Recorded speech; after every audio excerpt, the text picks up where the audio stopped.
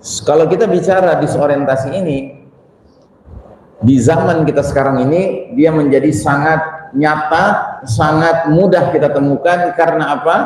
Karena kita memang hidup di satu masa, dalam satu fase kehidupan, di mana fitnah itu banyak sekali.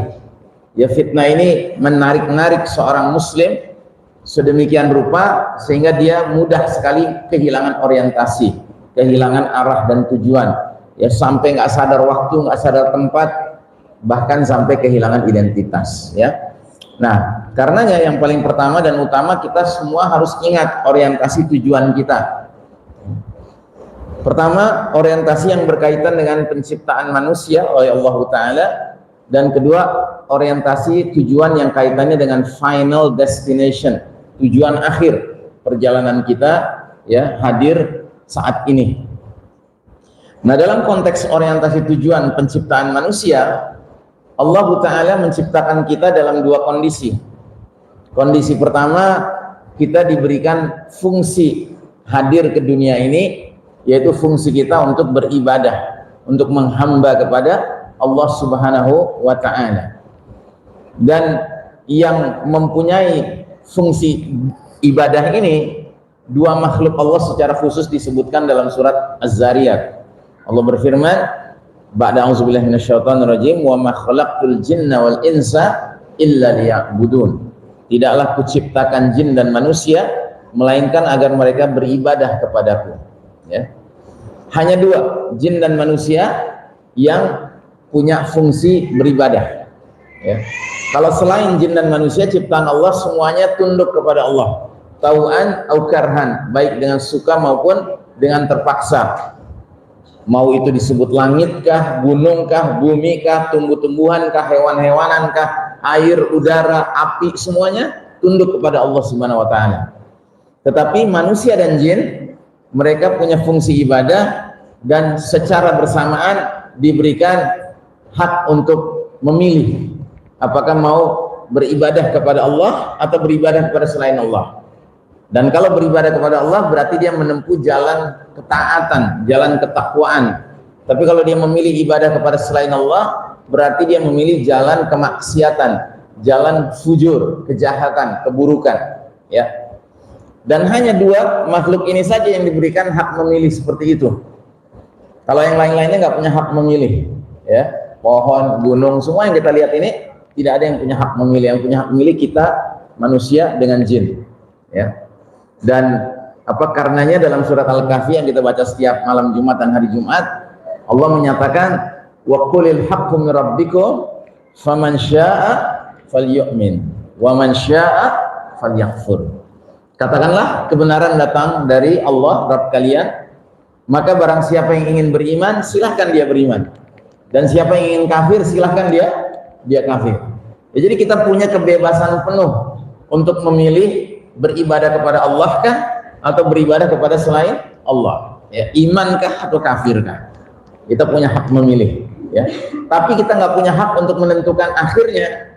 Jadi nggak bisa kita memilih kafir, akhirnya mau masuk surga, nggak bisa. Ya. Sebagaimana kita nggak bisa memilih jalan iman, lalu kita sok-sok rendah hati mengatakan, saya nggak perlu surga, ya, nggak apa-apa saya masuk neraka, asalkan saya ikhlas ibadah kepada Allah. Nggak ada itu begitu. Ya, kalau memang pilih jalan iman, ya ujungnya jannah. Kalau pilih jalan kafir, ya ujungnya an-nar. Ya, karena itu sudah merupakan sunnatullah, hukum Allah yang tidak bisa berubah. Ya. Nah, jadi ini yang pertama, kita diciptakan oleh Allah Ta'ala dengan fungsi untuk beribadah. Ya. Dan kita sudah dikasih modal ya untuk itu. Nanti saya jelaskan pada slide berikutnya. Yang kedua, penciptaan manusia ini dengan kondisi kita diembankan misi oleh Allah Ta'ala. Kita manusia ya, diembankan misi. Dan misi itu misi menjadi khalifah.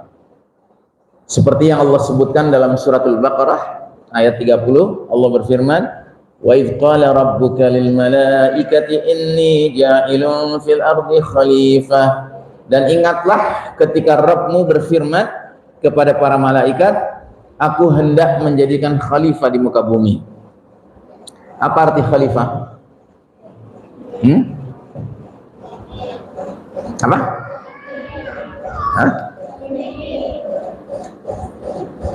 Nggak kedengeran. Coba Tika, apa kata mereka? Pemimpin. Bukan, arti harfiahnya bukan pemimpin. Apa khalifah artinya? Hah? Bukan juga. Itu tugas. Khalifah itu artinya apa? Wahai para ikhwan, santriwan. Hah? Apa? Penerus. Hampir. Pengganti, ya. Wakil, ya.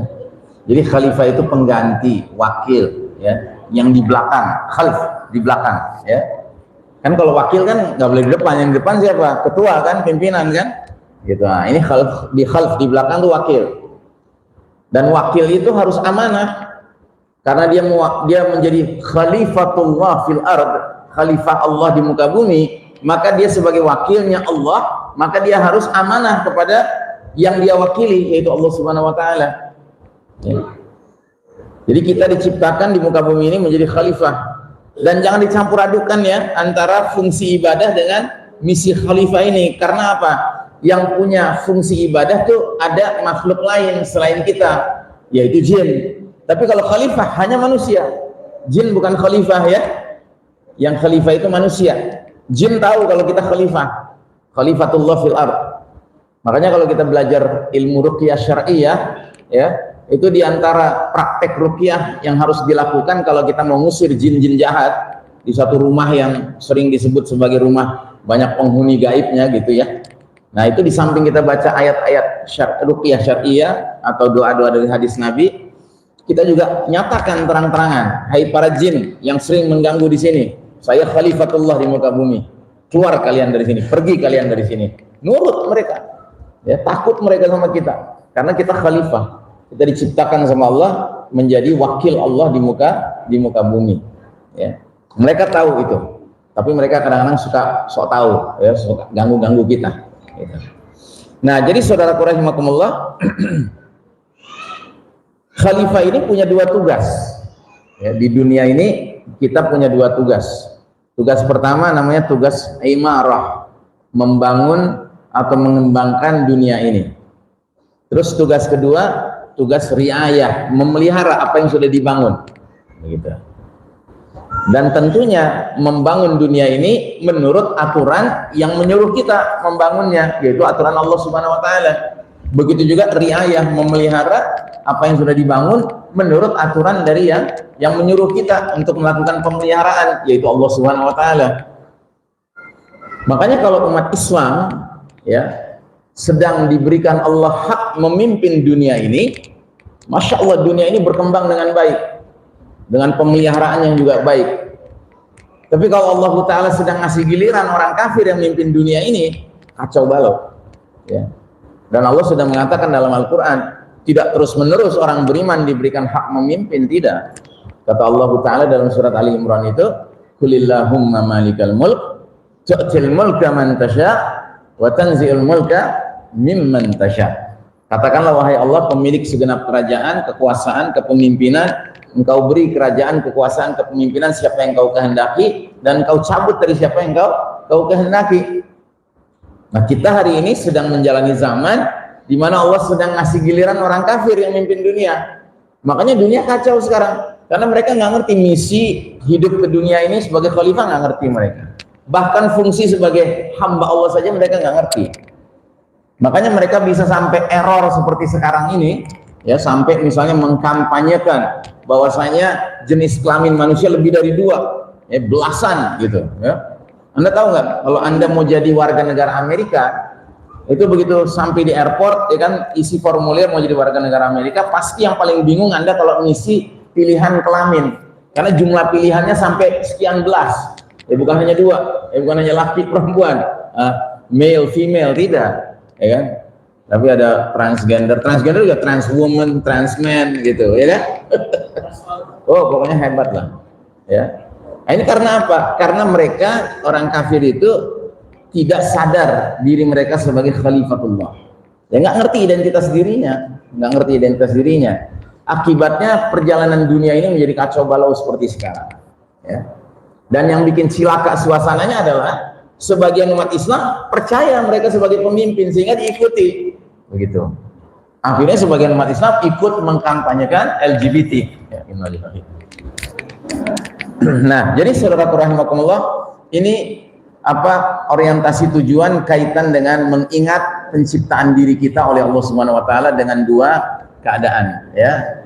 Kita punya wazifatul haya, fungsi kehidupan kita sebagai hamba Allah, ibadah, dan yang kedua kita punya risalatu, ya, al-haya, ya. Kita punya misi kehidupan yaitu menjadi khalifah.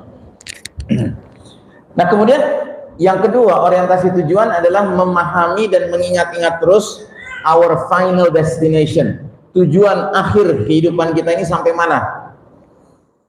Nah, ternyata kita ini dihadirkan ke dunia ini untuk melangsungkan perjalanan panjang menuju kepada alam yang namanya al-akhirat, ya, kehidupan akhirat kelak nanti, ya. Dan kalau dihitung-hitung, ternyata perjalanan sampai ke ujung nanti itu ada 13 terminal yang harus dilalui. Dan dari 13 terminal itu, kita sekarang di alam dunia ini terminal keberapa? Ini baru terminal ketiga. Bayangkan, masih ada 10 terminal lagi yang harus kita lewati. Ya, terminal pertama namanya alam ruh, ya, atau alam arwah, ya. Arwah itu kan bentuk jamak dari ruh. Jadi sebuah alam di mana dulu kita bersama-sama belum jadi apa-apa, belum jadi manusia, tapi ruh-ruh kita sudah hadir sebagai anak keturunan Adam alaihissalam. Lalu kemudian Allah Ta'ala bertanya kepada semua ruh calon manusia itu satu pertanyaan, alastu bi rabbikum, bukankah aku ini Rabb kalian semua? Dan semua ruh menjawab dengan jawaban yang seragam, bala syahidna, benar kami menjadi saksi, ya. Jadi dahulu kala, entah di mana alam ruh itu Allah Ta'ala sudah mengumpulkan kita semua dari ruhnya yang paling pertama Adam alaihissalam, tapi ruh manusia terakhir, dari ruhnya orang-orang soleh sampai ruhnya orang-orang toleh, ya kan, semuanya ada di situ, ya. Ruhnya nabi-nabi ada, ruhnya para siddiqin, para syuhada, para solihin ada, tapi juga ruhnya para tawahid juga ada Fir'aun, ada Namrud, ada Dajjal, ya kan, hadir semua. Dan semuanya ditanya sama Allah, jawabannya sama, alastu bi rabbikum, bala syahidna, benar kami menjadi saksi. Dan Allah abadikan ayat ini di surat Al-A'raf 172 dengan mengatakan, hal ini kami selenggarakan, ya, tanya jawab itu atau perjanjian itu, agar kalian nanti di hari berbangkit tidak mengatakan bahwa kami lengah terhadap urusan ini. Ya, nggak ada alasan. Ya, semua orang pada dasarnya sudah yakin bahwa Allah lah Rabbnya, sudah ada bekal itu. Nah, setelah alam ruh masuk alam rahim, alam kandungan ibu kita, ya. Baik di alam ruh maupun di alam kandungan kita nggak berdaya, kita cuma pada posisi sepenuhnya menerima apa yang Allah takdirkan terjadi pada diri kita. Makanan kita lewat plasenta ibu kita, ya, dan kita akhirnya berada dalam kandungan itu secara rata-rata 9 bulan lebih sekian hari. Tapi ada juga yang kurang dari 9 bulan, ada yang lebih dari 9 bulan, yang konon kabarnya Imam Syafi'i rahimahullah sampai sekian belas bulan, ya, ada dalam perut emaknya, ya, wallahu a'lam bishawab. Nah, kemudian masuk kita ke terminal ketiga, terminal alam dunia. Ini alam kita sekarang, Pak. Nah, di alam dunia ini kita nggak lama, tapi alam dunia ini yang paling menentukan. Menentukan apa? Menentukan kondisi kita di terminal-terminal berikutnya, ya. Dan di alam dunia inilah kita satu-satunya tempat mendapatkan hak memilih. Tadi itu yang saya jelaskan. Faman syaa'a falyu'min wa man syaa'a falyakfur. Siapa yang ingin beriman silahkan beriman, siapa yang ingin kafir silahkan kafir. Tapi yang jelas pilihannya akan menentukan, ya, kondisinya berikutnya di terminal-terminal selanjutnya. Nah, di alam dunia ini kalau kata Nabi Muhammad SAW, kita umat Muhammad SAW itu rata-rata hanya sekitar 60-70 tahun, Pak. A'maru ummati baina sittin was sab'in. Umur umatku antara 60-70 tahun. Yang melebihi 70 tahun sedikit sekali, ya. Makanya kalau dihitung perbandingan kita di dunia dengan di akhirat, kita ini di dunia paling-paling cuma sekitar 1,5 jamnya akhirat, ya. Karena kan satu harinya akhirat 1000 tahunnya dunia, kan. Nah, kalau 1000 tahunnya dunia dibagi 24, ya kira-kira berarti 1 jamnya 40 tahun, kan, kira-kira, kan. Jadi kalau 1,5 tahun, 1,5 jam berarti ya 60 tahun gitu, ya. Jadi kita cuma 1,5 jamnya akhirat hidup di dunia ini. Ya, makanya waktu yang pendek ini jangan disia-siakan, jangan sampai disorientasi tadi. Ya, karena disorientasi akibatnya di sana jadi gagal, ya, jadi merugi. Ya. Nah, setelah alam dunia ini kita semua akan mengalami yang disebut dengan kematian. Dan kematian itu akan menyebabkan kita semua masuk ke alam berikutnya, terminal berikutnya, namanya alam kubur. Ya.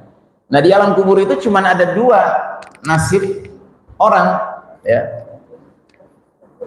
Atau dia menikmati nikmat kubur, atau dia mengalami siksa kubur. Ya, nikmat kubur berarti penuh dengan kegembiraan, kesenangan, sedangkan siksa kubur berarti penuh dengan penderitaan, kesengsaraan. Dan terminal yang keempat ini adalah terminal di mana orang yang mendapat nikmat kubur itu pagi sore itu dikasih lihat calon tempat tinggalnya di ujung nanti sana. Ya, kalau dia nikmat kubur yang dialami, dia akan diperlihatkan tempat tinggalnya di surga nanti, lengkap dengan keluarganya yang juga berhak masuk surga dan hartanya yang ada di dalam rumahnya itu. Dan karena ini yang jadi pemandangannya, maka si mayit ya di dalam alam kubur itu yang beriman ini, yang orang soleh ini, dia cuma punya satu permintaan, Rabbi aqimis sa'ah hatta arji'a ila ahli wa mali. Ya Rabbku, segerakan datangnya hari kiamat supaya aku bisa segera kumpul dengan keluargaku dan hartaku. Ya, karena dia udah ingin sekali, dia melihat pagi sore kenikmatan itu, dia ingin sekali ke sana. Tapi dia tahu ada penghalang antara dia dengan itu. Apa penghalangnya? Hari kiamat. Ya, maka dia ingin hari kiamat cepat datang. Nah, sementara mereka yang mengalami siksa kubur, ya, mereka mengalami siksa terus menerus. Pagi sore dikasih lihat tempat tinggalnya di ujung terakhir nanti, yaitu neraka. Dan dia nggak suka ngelihat itu. Dan dia tahu antara dia dengan tempat itu cuma ada satu penghalang, yaitu kiamat, hari kiamat. Makanya permintaan dia, Rabbi la tuqimis sa'ah, ya Allah jangan datangkan hari kiamat. Ya, padahal kiamat pasti datangnya. Nah, jadi 2 golongan manusia ini di alam kubur ini berbeda sekali keadaannya. Ya. Nah, jadi saudaraku rahimakumullah, Sayyidina Utsman radhiyallahu anhu pernah suatu hari kedapatan sama beberapa sahabat lain sedang berdiri di atas makam seseorang, di dekat makam seseorang, dan menangis terseduh-seduh sampai jenggotnya basah kuyup. Nah, para sahabat-sahabat ini kaget melihat pemandangan itu, karena seingat mereka, kalau mereka sedang duduk dengan Rasul dan Rasul bicara soal surga dan neraka, pasti majelis Rasul itu berubah menjadi majelisul buka, majelis tangis-tangisan, karena mendengar surga dan neraka yang begitu rupa. Mereka juga lihat Utsman menangis, tapi Utsman nggak pernah menangis seperti yang sekarang mereka lihat. Ya, sehingga mereka bertanya, ya Sayyidina Utsman, kenapa engkau menangis sedemikian rupa? Kami nggak pernah lihat engkau menangis seperti ini, sekalipun di majelisul bukanya Rasul. Akhirnya kata Sayyidina Utsman, aku berdiri di dekat makam ini, aku teringat dengan satu hadis Nabi, satu ucapan Nabi. Dia bilang, innal qabra manzilatul ula min manazilil akhirah. Sesungguhnya kuburan itu adalah terminal paling pertama dari terminal-terminal kehidupan di alam akhirat. Barang siapa yang di terminal pertama sudah merasakan kenikmatan, maka di terminal-terminal berikutnya dia akan lebih nikmat lagi. Dan barang siapa yang di terminal pertama sudah mengalami penderitaan, kesengsaraan, maka di terminal berikutnya lebih sengsara lagi dia. Itulah yang membuat aku menangis. Ya.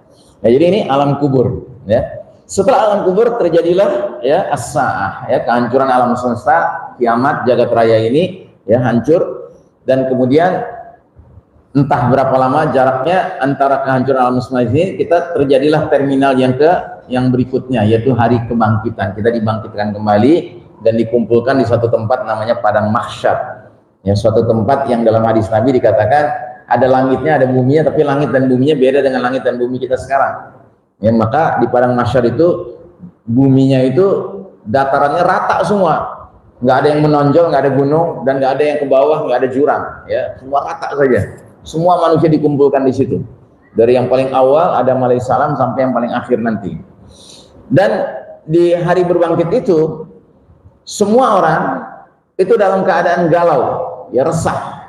Kenapa? Karena mereka harus melakukan penantian, dan penantiannya tidak sebentar.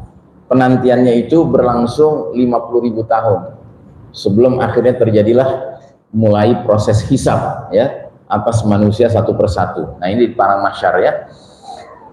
Dan para sahabat ketika Nabi bilang harus menanti 50.000 tahun, itu mereka pun terkaget, ya, mereka terkejut. Mereka bertanya, 50.000 tahun ya Rasul. Nabi menangkap keterkejutan mereka. Akhirnya Nabi menghibur mereka dengan mengatakan, adapun bagi orang beriman, masa penantiannya itu seperti menunggu satu waktu sholat. Masya Allah, ya. Jadi kalau kita hitung-hitung, sejak azan berkumandang, kita di rumah mulai berwudu, terus kita berjalan ke masjid, terus kemudian kita sholat qobliyah, terus qomat berkumandang, kita sholat berjamaah dengan imam dan jamaah lainnya, lalu selesai sholat kita wirid sebentar, lalu kemudian kita ba'diyah, lalu kita jalan lagi pulang sampai ke rumah, di total setengah jam lah kira-kira, ya. Masya Allah.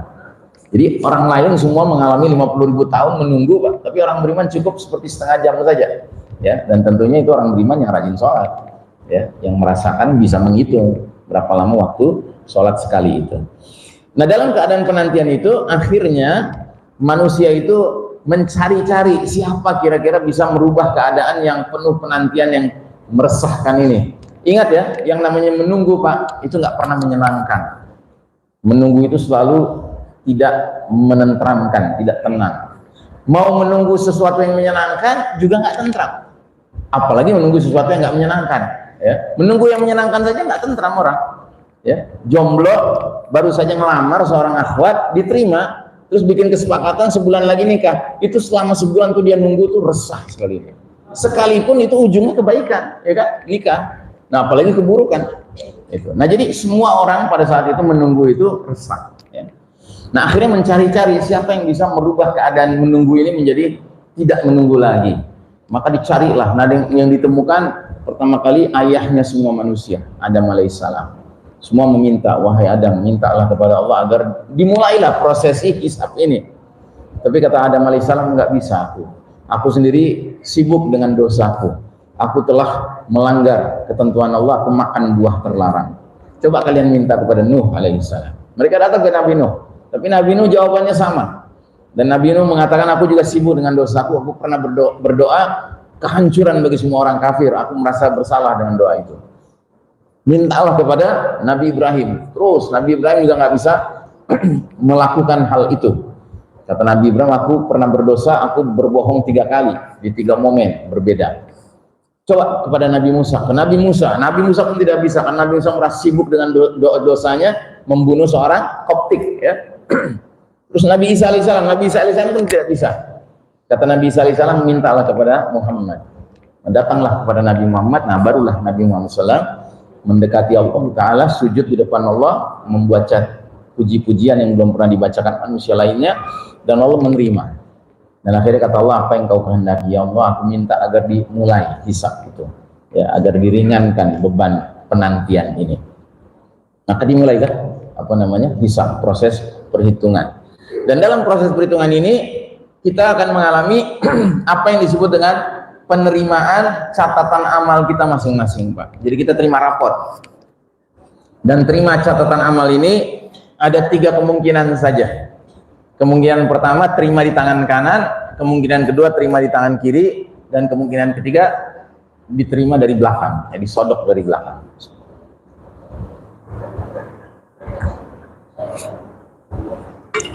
Nah, mereka yang menerima dari tangan kanan pastinya bergembira. Mereka lihat bukunya, mereka tersenyum, ya, kayak siswa atau santri dapat buku catatan rapotnya, hasilnya bagus, dia senang, ya, wajahnya berseri-seri. Tapi mereka yang menerima di tangan kiri dan yang disodok dari belakang, apalagi mereka membukanya sambil wajahnya ketakutan, wajahnya sedih, wajahnya penuh penyesalan. Nah, kemudian mizan, ya, mizan itu timbangan ditegakkan dengan daun hasanat dan daun sayiat. Ya, mana yang lebih berat itu yang akan menentukan nasib selanjutnya. Nah, ada orang-orang tertentu yang daun hasanatnya berat, penuh dengan kebaikan-kebaikan ibadahnya kepada Allah Ta'ala, sholatnya, puasanya, sedekahnya, zakatnya, umrohnya, hajinya. Tapi sayang, dia cuman hubungan hablum minallahnya saja, hablum minannasnya bermasalah. Syatama hadza, dia kerjanya mencela si fulan, menzolimi si fulan, ya. Sehingga dalam keadaan dia senang melihat daun hasanat amal ibadahnya begitu banyak, berat, ya kan? Tiba-tiba ada antrian panjang orang-orang yang merasa terzolimi oleh orang ini, dan mereka masing-masing menuntut kepada Allah keadilan.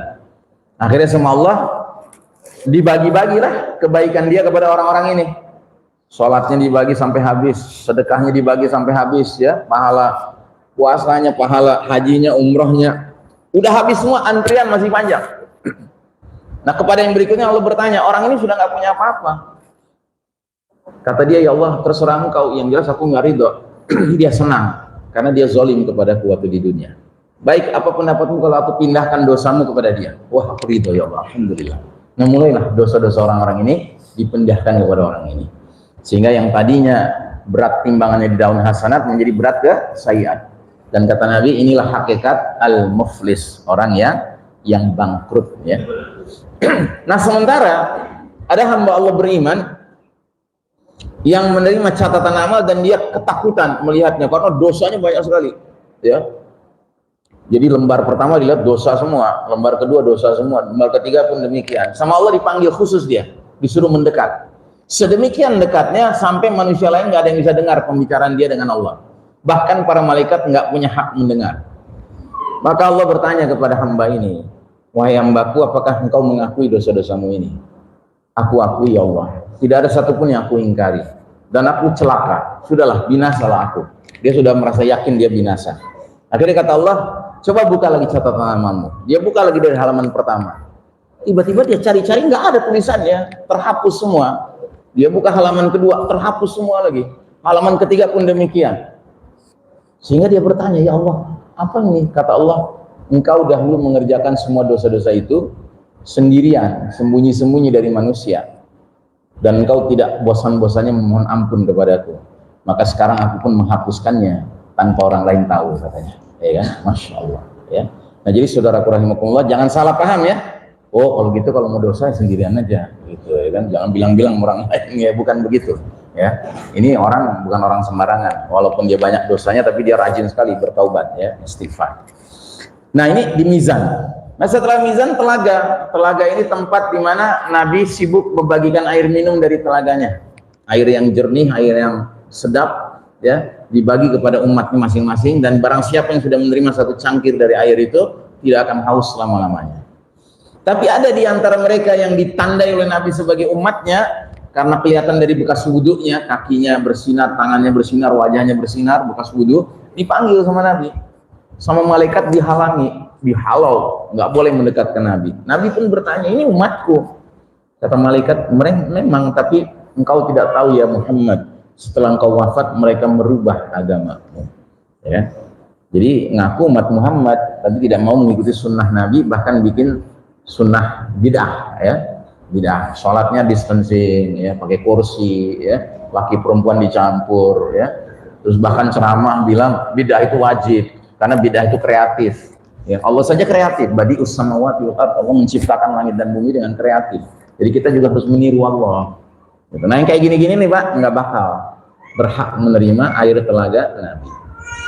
Ada jenis kedua yang nggak berhak menerima air telaga Nabi. Itulah mereka-mereka yang kata Nabi di akhir zaman nanti akan muncul umaro, penguasa-penguasa, yang bila kalian dekati mereka, kalian benarkan dusta mereka, kalian ikut mendukung kezaliman mereka, falaysa minni walastu minhu.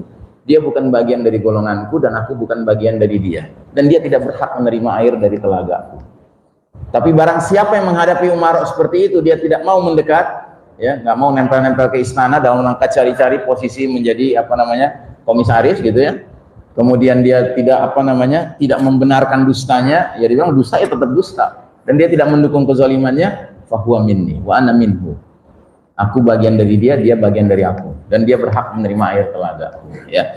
Nah, jadi itu di telaga. Setelah telaga, terminal terakhir sirat, ya. Sirat ini adalah sebuah titian yang membentang di atas api neraka, jembatan, tapi jembatannya nggak masuk di akal menurut standar dunia, karena kata Nabi lebih tipis dari sehelai rambut dan lebih tajam dari sebilah pedang. Jadi kalau kita bayangkan menyeberangi jembatan titian yang seperti itu, mana mungkin kita bisa berhasil, Pak? Tapi akan diizinkan orang-orang beriman berhasil menyeberanginya. Karena apa? Karena imannya, takwanya akan tampil dalam bentuk cahaya yang menjadi kendaraan dia untuk menyeberangi sirat itu. Nah, maka ada mereka-mereka yang cahayanya saking banyaknya iman dan takwanya melebihi kepalanya, setinggi gunung. dia akan melintas seperti kilat, cepat sekali. Ada yang sebatas kepalanya, dia melintas seperti seekor kuda yang lari kencang. Ada yang cuman sebatas lehernya, dia bergerak seperti onta, ya, bergerak tapi seperti onta. Ya, dan ada mereka-mereka yang sangat sedikit sekali cahayanya, yaitu kaum munafik. Cahayanya di ujung jempol kakinya itu pun kelap-kelip, ya, nyala mati, nyala mati.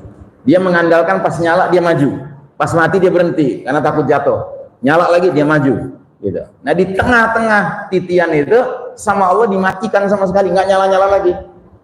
Sehingga dia karena pingin ke ujung, dalam kegelapan dia nekat juga, jatuh dia. Dimainkan sama Allah Ta'ala, dipermainkan sama Allah Ta'ala sebagaimana dia suka mempermainkan agama Allah sewaktu di dunia. Ya, kecuali diri mereka sendiri, sedangkan mereka tidak sadar. Nah, setelah menyeberangi sirat dengan sukses, orang-orang beriman akan berada di satu tempat namanya Kintarah, yang menanti jadwal dipanggil masuk ke dalam babul jannah, ya. Nah, mereka-mereka yang sudah selesai semua urusannya, ya masuklah dengan mudahnya. Zumaro, berombong-rombongan. Tapi ada mereka-mereka yang tertahan di Kintarah itu. Siapa mereka?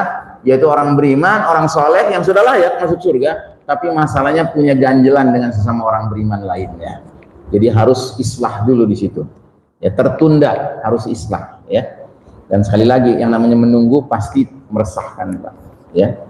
Nah, makanya kalau kita punya masalah dengan saudara beriman kita, apalagi saudara beriman kerabat pula, ya, kita wajib bersilaturahim dengannya, selesaikanlah selagi di dunia ini, jangan menunggu di akhirat nanti. Nah, jadi kalau kita terus-menerus ingat 13 terminal yang harus kita lewati ini, Pak, insya Allah di dunia ini kita nggak akan mengalami salah arah, salah tujuan, ya.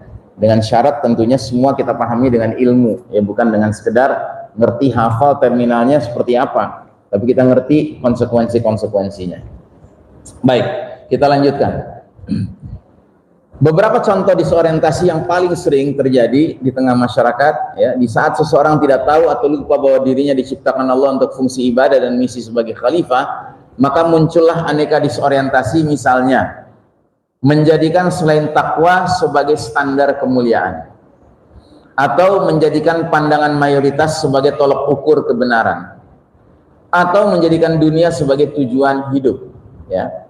Nah, mereka-mereka yang menjadikan selain takwa sebagai tolok ukur kemuliaan, ya, mereka ini orang-orang yang tidak pernah mengunyah-ngunyah makna dari ayat inna akramakum indallahi atqakum. Sesungguhnya orang yang paling mulia di antara kalian di sisi Allah adalah orang yang paling bertakwa. Dan uniknya ayat ini, surat Al-Hujurat ayat 13 ini, itu diawali dengan ya ayuhan nas, ya, inna khalaqnakum min zakarin wa unsa wa ja'alnakum syu'uban wa qabaila lita'arafu inna akramakum indallahi atqakum. Ya, jadi ayat ini menyebut tentang jenis kelamin, menyebut tentang keanekaragaman suku, menyebut tentang keanekaragaman bangsa, ya. Jadi Allah berfirman, hai manusia sekalian, ya, sungguh kami telah ciptakan kalian dari seorang laki-laki dan seorang perempuan, ya, laki perempuan, Adam dan Hawa, bukan Adam dan Ismail, ya, bukan Hawa dan Fatimah, tidak, tapi dari Adam dan Hawa, ya. Jadi ini sudah baku, Pak. Bani Adam ini bisa tumbuh berkembang karena memang jenis kelamin itu cuma dua. Nggak ada jenis kelamin ketiga, keempat, kelima, nggak ada. Begitu. Dan tidak boleh seorang laki-laki merasa lebih mulia daripada seorang perempuan, atau seorang perempuan merasa lebih mulia dari laki-laki, ya. Dan setelah dari lahirnya anak keturunan ini, terbentuklah yang namanya syu'uban wa qabailah, ya, bangsa-bangsa dan suku-suku terbentuk. Jadi keanekaragaman bangsa, keanekaragaman suku itu suatu hal yang nggak bisa dipungkiri, Pak. Ada memang. Tapi tidak ada bangsa tertentu yang boleh menilai bahwa dirinya lebih mulia dari bangsa lain. Tidak ada suku tertentu boleh merasa dirinya lebih mulia dari suku lainnya. Makanya Allah tegaskan setelah bicara laki perempuan, bicara anekaragam suku bangsa, inna akramakum indallahi atqakum. Sesungguhnya orang yang paling mulia di antara kalian adalah yang paling bertakwa. Bukan sesungguhnya orang yang paling mulia di antara kalian adalah yang perempuan atau yang laki-laki, atau sesungguhnya orang yang paling mulia di antara kalian adalah yang paling Jawa atau yang paling Batak. Bukan yang paling Amerika, yang paling Arab, bukan yang paling Cina, bukan, ya. Jadi suku, bangsa, jenis kelamin itu nggak ada urusan dengan mana yang lebih mulia, nggak ada, Ya, kemuliaan itu takwa. Nah, cuma masalahnya hari ini banyak sekali fitnah yang telah memalingkan pandangan mereka yang mengaku muslim dari ketakwaan sebagai standar tolok ukur kemuliaan. Ada yang menjadikan harta sebagai sumber kemuliaan. Ada yang menjadikan popularitas sebagai sumber kemuliaan. Ada yang menjadikan jabatan sebagai sumber kemuliaan. Ya, maka kita orang beriman harus konsisten menilai mulia tidaknya orang, baik orang lain, apalagi diri sendiri, itu berdasarkan ketakwaan. Barang siapa yang memang ketakwaannya itu tampil, terlihat, ya kan? Nah, kita muliakan orang itu. Dan barang siapa yang ketakwaannya nggak tampil, ya mohon maaf, kita nggak bisa mungkin memuliakan dia. Kita tahu ini orang bermasalah, dia jauh dari ketakwaan. Kalau kita sanggup, kita ajak dia untuk meningkatkan ketakwaannya. Makanya setiap Jumat, kalau Anda kaum laki-laki hadir sholat Jumat, mendengar khotib Jumat dari awal sampai akhir nggak ada ngajak ke takwa, Anda boleh suruh turun dia. Sebab syarat berkhutbah Jumat itu harus menyampaikan nasihat bertakwa. Karena ini adalah sebuah pertemuan pekanan. Ya, boleh jadi dalam sepekan itu karena kesibukan dunia, seseorang lupa dengan standar ukur, tolok ukur kemuliaan takwa itu, maka diingatkan lagi sama khotib Jumat. Setiap Jumat kita diingatkan, ittaqullah, ya. Usikum wa iyaya bittaqwallah, dan seterusnya itu, ya. Nah, karena hari ini banyak sekali orang yang sudah bergeser menilai mulia tidaknya orang itu berdasarkan bukan ketakwaan. Ada yang berdasarkan kegantengan, kecantikan, popularitas, ya, harta, jabatan, ya. Coba lihat orang-orang yang menganggap jabatan itu sebagai kemuliaan, asal dia di tengah jalan di pasar ketemu pejabat, oh langsung dia deket-deketin, Pak.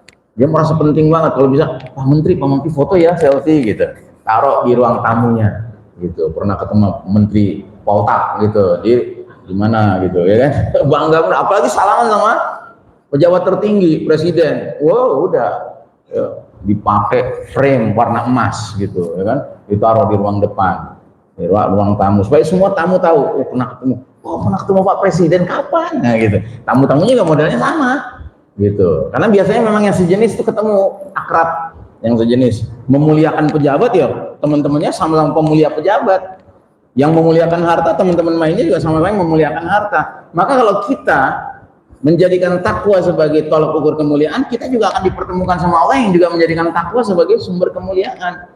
Al arwahu junudun mujannadah, fama ta'arafa minha talaf, wa tanakaru minha ikhtalaf. Roh-roh manusia diciptakan laksana prajurit berbaris, mana yang saling kenal dipertemukan, mana yang saling mengingkari dijauhkan satu dengan lainnya. Ya, orang-orang yang senang dengan kemuliaan itu adalah popularitas sebagai sumber kemuliaan. Oh, kalau ketemu selebritis, bintang film, oh senang banget ya, Pak. Gitu. Ya, kayak sekarang nih, mereka-mereka yang sangat gemar dengan grup musik seperti yang mau datang November nanti, oh nggak apa-apa, 11 juta ada gue beli, gitu. Ya, dan yang ngumpul mereka ya sejenis semua, yang sama-sama memuliakan popularitas sebagai tolok ukur kemuliaan. Apalagi kalau sampai bisa dekat-dekat dengan penyanyinya, foto bareng, oh udah, ya, dimuat di Facebooknya, TikToknya, di semuanya dimuat.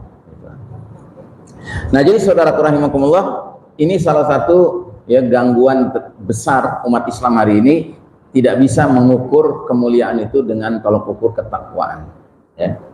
Dan para ulama kita sudah mendefinisikan takwa itu sederhana sekali, imtisalu awamirillah, ya, ibtigha'an limardatihi wa jannatihi, ya, melaksanakan semua perintah Allah dengan harapan mendapatkan ridha dan surga Allah, dan ijtinabu nawahihi, ya kan, menjauhi larangan-larangan Allah, khaufan an sukhtihi wa narihi, karena takut dari akan murka Allah dan neraka Allah, ya. Jadi orang-orang yang bersegera melaksanakan perintah Allah itu ciri-ciri ketakwaan. Orang-orang yang bersegera meninggalkan larangan-larangan Allah itu orang-orang yang bertakwa. Dan kalau kita menjadikan ketakwaan ini sebagai standar kemuliaan dan kita saling berinteraksi karena ketakwaan, Masya Allah, inilah kumpulan orang yang di dunia saling berdamai, di hari berbangkit juga saling berdamai. Al-akhillau yawma idzin ba'duhum li ba'din adu illal muttaqin. Ya, para teman-teman akrab sewaktu di dunia, nanti di hari berbangkit saling bermusuhan kecuali yang bertakwa. Jadi kecuali yang persahabatannya karena landasan ketakwaan. Kalau persahabatan karena landasan ketakwaan, ya di dunia damai, di hari berbangkit juga tetap damai. Tapi kalau tidak, selain takwa sebagai tolak ukur kemuliaan, nanti di hari berbangkit, padahal di dunianya akrab, di hari berbangkit saling nyalah-nyalahin. Oh, ini gara-gara lo sih, gue disuruh ikut-ikutan waktu 2024 gitu kan. Nah, lu sih gara-garanya gitu kan. Gue udah bilang saya nggak ikut gitu. Anyway, lanjut. Terus ada lagi orang-orang yang menjadikan tolok ukur kebenaran itu bukan apa yang dikatakan Al-Quran. Kalau Al-Quran kan jelas. Di surah Al-Baqarah 142 itu Allah berfirman, Al-haqqu min rabbika fala takunanna minal mumtarin. Kebenaran datang dari Rabb kalian, Allah Subhanahu wa taala, maka hendaknya janganlah kalian menjadi orang-orang yang ragu. Jadi tolok ukur kebenaran itu adalah ma qala Allah taala wa ma qala Rasul alaihi salatu wassalam. Apa yang diucapkan Allah dan apa yang diucapkan Rasul.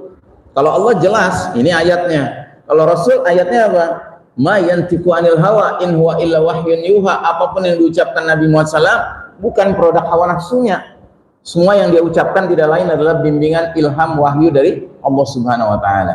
Jadi tolak ukur kebenaran itu adalah Allah dan Rasul, bukan selain itu. Nah, yang jadi masalah hari ini, ada sebuah ajaran ya yang begitu dahsyat mempengaruhi manusia termasuk umat Islam yang menilai benar atau salah itu tergantung ramai atau sepi pendukungnya. Kalau ramai pendukungnya benar, tapi kalau salah, kalau sedikit pendukungnya salah. Dan ini tercermin dalam berbagai urusan, Pak. Ya, baik itu urusan apa namanya menilai tentang siapa yang layak jadi pemimpin kah, ya kan? Itu urusannya urusan mayoritas minoritas. Urusan siapa yang layak untuk ya macam-macam. Nah, jadi saudaraku rahimakumullah, Allah jelas-jelas di surat Al-An'am 116 bahkan mengatakan doyan menjadikan mayoritas sebagai tolak ukur kebenaran itu sumber kesesatan yang paling utama. Allah berfirman, wa in tuti' aktsara man fil ardi yudilluka an sabilillah. Dan jika kamu mengikuti kebanyakan orang di dunia ini yang mayoritas, niscaya mereka menyesatkan kamu dari jalan Allah. Iyattabi'una illa dhanna. Mereka tidak lain cuman mengikuti asumsi saja, duga-duga aja, prasangka saja. Wa inhum illa yakhrusun. Dan mereka tidak lain hanyalah berdusta. Berdusta kepada siapa? Kepada Allah. Jadi ngikutin mayoritas itu kayak kita tuh berdusta kepada Allah. Karena kita menilai benar salah tuh begitu ngeliat rame, oh ini benar nih, ikut. Tuh, ya kan? Jadi kayak apa ya? Kayak domba gitu. Domba kan maunya ngumpul sama sesama domba lainnya. Kalau dia sendirian udah hilang orientasi dia. Tapi kalau orang yang punya kejelasan orientasi, mau sendiri kek, mau sepi kek, mau rame kek, ya tetap aja sama, geraknya sama. Makanya Nabi sampai mengatakan, la takun imma'ah, janganlah kalian menjadi orang yang ikut sini, ikut sana, ya. In ahsanan nas ahsantum. Kalau orang berbuat baik, kamu berbuat baik. Wa in asa'an nas ya asa'tum. Kalau manusia berbuat buruk, kalian ikut berbuat buruk. Gitu. Nggak boleh kata Nabi begitu. Itu namanya masih silau dengan rame sepinya pendukung. Gitu. Dan bahkan di dalam surat Al-Maidah ayat 100 Allah mengatakan, kul la yastawi al-khabithu wat tayyib walau a'jabaka kasratul khabith. Katakanlah tidak sama antara yang buruk dengan yang baik, sekalipun yang buruk itu mengagumkan di pandangan mata kamu, kelihatan banyak gitu pendukungnya, tapi buruk ya tetap buruk, nggak boleh kita ikuti. Jadi saya pernah khutbah Jumat di bulan Ramadan di sebuah hotel. Habis sholat Jumat ada pemuda datang ke saya, ngobrol sana sini, ternyata ujung-ujungnya dia mau curhat, dia punya masalah katanya. Saya punya masalah Ustaz, saya ini gay katanya. Tapi saya gay yang alami. Saya bilang, apa itu gay yang alami? Ya ternyata setelah saya jadi gay, saya kenalan sama teman-teman gay saya, ternyata gay itu komunitasnya rame Ustaz. Ada S1, S2, S3, ada profesor, ada pengusaha, ada aparat sipil negara, ada pegawai biasa, ada anak muda, orang tua, katanya gitu, ya kan? Jadi dia menilai bahwa dia itu jadi gay itu alami. Karena apa? Karena gay itu banyak, gitu, ya. Tapi saya nggak seperti kebanyakan gay lain, Ustaz. Itu teman-teman saya di bulan Ramadan gini masih main juga. Saya bilang jangan, nanti habis Ramadan. Nah, gitu. Capek deh, ya. Nah, jadi saudaraku rahimakumullah, hari ini kita ini diarahkan untuk menggeser tolak ukur kebenaran kepada apa yang jadi mayoritas, pendapat mayoritas itu yang kita ikuti. Nah, kita tidak boleh demikian, ya. Nah, apalagi sekarang kan ajaran yang sangat dielulukan dalam urusan politik itu adalah ajaran yang berasal dari kata Latin demos kratus. Demos itu artinya populasi rakyat banyak, kratus itu yang berkuasa. Jadi kekuasaan ditentukan oleh mayoritas yang menang gitu loh. Ya, ini kacau sekali. Ya, nggak ada dalilnya ini. Ini bahkan dalil kesesatan kalau ngikutin surat Al-An'am 116. Yang mayoritas itu yang menyesatkan. Nah, terus kita masih mau aja gitu ikut permainan itu. Ya kan? Padahal kan bagi kita kebenaran bukan ditentukan oleh ramai sepinya pendukung, Pak. Gitu. Kita harus punya sikap. Ya. Dan sikap kita tidak ditentukan oleh ramai sepinya pendukung. Ya. Mau sepi kek, ya, mau rame kek, nggak ada masalah, ya. Kadang-kadang saya kalau diundang ceramah tuh pengurus masjid jauh-jauh hari belum nyampe gitu udah minta maaf. Saya bilang kenapa? Ya maaf Ustaz, nggak rame yang hadir gitu. Soalnya lagi ada banyak acara lain di sekitar masjid kami juga. Dalam hati saya, emang kenapa kalau nggak rame? Gitu. Emang kenapa kalau nggak rame? Bagi saya dakwah ya dakwah wajib menyampaikan. Bahkan menurut saya kalau sepi, alhamdulillah yang hadir itu orang-orang pilihan yang serius, gitu. Kalau rame banyak itu belum tentu semua serius. Bahkan bisa dipastikan nggak serius kalau rame. Kenapa ya berisik? Gitu. Nah, jadi saudaraku rahimakumullah yang kedua, sering sekali mengalami disorientasi karena tolok ukur kebenarannya bukan apa yang datang dari Allah, apa yang datang dari Rasul, tapi berdasarkan mayoritas, kebanyakan orang maunya apa ikut. Terus yang ketiga, disorientasi yang paling sering terjadi juga adalah menganggap tujuan hidup itu sebatas dunia saja.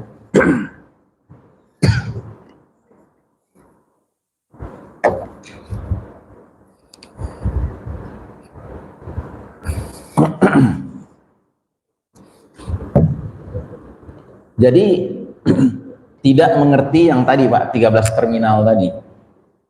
Jadi ngelihat segala sesuatu itu mentok dunia saja. Dan ini cilakanya tidak sedikit umat Islam sudah berpandangan seperti ini.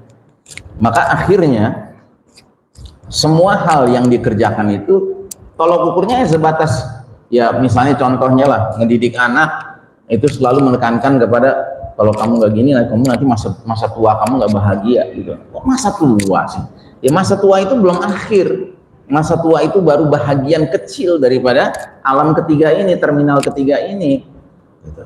Makanya Nabi Muhammad SAW jelas-jelas mengatakan al-kayyisu man dana nafsahu wa amila lima ba'dal maut. Orang yang paling jenius, yang paling cerdas adalah orang yang menghitung-hitung perbuatannya, mengevaluasi, mengintrospeksi perbuatannya, dan dia bekerja berbuat untuk kehidupan setelah kematiannya, bukan untuk kehidupan sebelum kematiannya. Nah, maka kita jangan ikut-ikutan seperti orang-orang kafir barat itu. Tolok ukur kesuksesan itu dunia ini, ya. Dan kalau dia nggak sukses di dunia, seolah-olah nggak sukses sama sekali. Tidak, ya. Saya sering mengutip kisah tentang salah satu bintang film terkenal Amerika tuh, pernah tahu ya, Arnold Schwarzenegger, tahu ya, Arnold Schwarzenegger. Dia ini bintang film sukses Pak, luar biasa. Film-film dia tuh box office Pak, rata-rata selalu. Ya yang paling terkenal kan Terminator itu, Terminator 1, 2, 3 gitu, banyak ininya lagi serinya. Dia sukses, kaya raya dia. Bahkan dia bukan saja sukses jadi selebritis, jadi bintang film Hollywood, bahkan dia sempat menjadi gubernur di salah satu negara bagian di Amerika dan negara bagian yang paling subur yaitu California, di mana ada Hollywoodnya di situ dan banyak warganya orang-orang terkenal, bintang film juga, selebritis juga. Nah, suatu hari si Arnold ini diwawancarai di sebuah podcast, dan ini podcastnya podcast orang kafir juga. Tapi si pewawancaranya ini sempat bertanya begini, Mr. Arnold, are you afraid of death? Wahai Tuan Arnold, kamu takut nggak menghadapi kematian? Jawaban dia begini, I'm not afraid of death, but whenever I think of death, it pisses me off, katanya. Aku nggak takut dengan kematian, tapi tiap kali aku mengingat kematian katanya, aku jengkel betul katanya. Loh kenapa? Why? Ya karena begini, saya ini bintang film sukses, saya udah punya semuanya, saya udah punya lah, dia bilang. Saya punya mansion, rumah besar, saya punya kapal pesiar, saya punya private jet, ya kan. Saya sudah jadi gubernur California, California loh, gitu. Bukan sembarang negara bagian. Gitu. Dan kalau ini semua harus saya tinggalkan dan saya masuk ke lubang ukuran 2 kali 1 meter, kan jengkelin banget, dia bilang gitu. Nah jadi yang ngerti itu hidup itu cuma dunia saja.